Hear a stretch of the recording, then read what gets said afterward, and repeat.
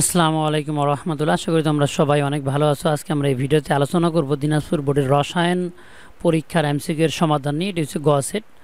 তো প্রথম প্রশ্ন হচ্ছে কোনটি দ্বারা গ্যালভানাইজিং করা হয়? জিঙ্ক দ্বারা গ্যালভানাইজিং করা হয়ে থাকে। একটা হচ্ছে গ্যালভানাইজিং আর একটা হচ্ছে ইলেকট্রোপ্লেটিং। 29 পারমাণবিক সংখ্যা বিশিষ্ট মৌলের নাম হচ্ছে কপার। কপার যে আকৃতি তৈরি করে সেটা হচ্ছে চালকোসাইট, কিউপ্রেস সালফাইড।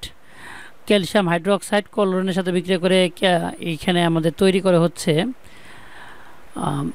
ব্লিচিং পাউডার এবং পানি। জীবাণু ধ্বংসের জন্য ব্যবহার করা হয়। পানির সাথে বিক্রিয়া করে এটা তৈরি করে বিরঞ্জক হিসেবে কাজ করে। তিনটাই হচ্ছে এখানে রাইট অ্যান্সার। প্রাকৃতিক গ্যাসে প্যান্টনের পরিমাণ থাকে 3%। আর কপার সালফ্রিক অ্যাসিডের সাথে বিক্রিয়া করে মানে copper sulphate, sulphur die oxide এবং পানি উৎপন্ন করে। লবণে ধাতব আয়নে সর্বশেষ কক্ষপথে কয়টি ইলেকট্রন থাকে? 17টি ইলেকট্রন থাকবে। ধাতব আয়ন হচ্ছে কপার। কপারের মধ্যে আয়ন যখন তৈরি হবে তখন কিন্তু কপার অলরেডি দুইটা ত্যাগ করবে, যেহেতু আর 29 সর্বশেষ, তখন আমাদের 27 তৈরি করবে। তো এইখানে 17টা থাকবে সর্বশেষে। বি যৌগটি হচ্ছে সালফার ডাই অক্সাইড অর্থাৎ SO2। এই সালফার ডাই অক্সাইড মুক্ত জোড় ইলেকট্রন সংখ্যা 3টি, এটা ভুল। বন্ধনজোড় ইলেকট্রন সংখ্যা 4টি, এটা রাইট। দ্বিতীয় মৌলটির অধিক তড়িৎ ঋণাত্মক, এটাও রাইট, যেহেতু দ্বিতীয় অক্সিজেন অনেক বেশি তড়িৎ ঋণাত্মক। 2 আর 3 হচ্ছে রাইট অ্যান্সার। মুক্তজোড় ইলেকট্রন সংখ্যা থাকে টোটালি হচ্ছে এমনিতে এক জোড়া থাকে, আর টোটাল মিলে 10টি টোটাল মুক্তজোড় ইলেকট্রন সংখ্যা থাকে বি যৌগটিতে। ডিটারজেন্টকে পাউডার আকৃতি করার জন্য কোন যৌগটি ব্যবহার করা হয়? সোডিয়াম সালফেট, এটি হচ্ছে রাইট অ্যান্সার, সোডিয়াম সালফেট। কোনটি মৃত অ্যাসিড? মৃত অ্যাসিড বলতে দুর্বল অ্যাসিড, এটা হচ্ছে অ্যাসিটিক অ্যাসিড অর্থাৎ আমাদের ইথানোয়িক অ্যাসিড। কোনটি একই সাথে পানি বিশ্লেষণ এবং অধ্যক্ষেপণ? ওটা হচ্ছে অ্যালুমিনিয়াম ক্লোরাইড, এবং পানির সাথে বিক্রিয়া করে অ্যালুমিনিয়াম হাইড্রোক্সাইড এবং হাইড্রোক্লোরিক অ্যাসিড উৎপন্ন করে।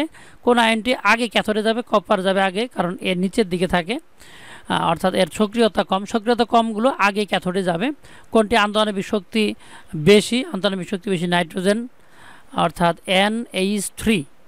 কোনটি হচ্ছে আন্তঃআণবিক শক্তি বেশি? এটি হচ্ছে আন্তঃআণবিক শক্তি বেশি। কোনটি দাহ্য পদার্থ? ইথার হচ্ছে এখানে দাহ্য পদার্থ। কোনটি পরমাণু আসল পরিচয় বহন করে? প্রোটন এখানে আসল পরিচয় বহন করে, কারণ প্রোটন চেঞ্জ হলে পরমাণু পুরোটাই চেঞ্জ হয়ে যায়।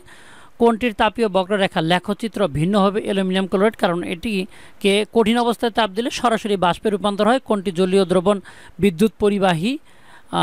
জলীয় দ্রবণ তুতে, কারণ তুতে হচ্ছে আয়নিক যৌগ, আয়নিক যৌগের জলীয় দ্রবণ বিদ্যুৎ সুপরিবাহী।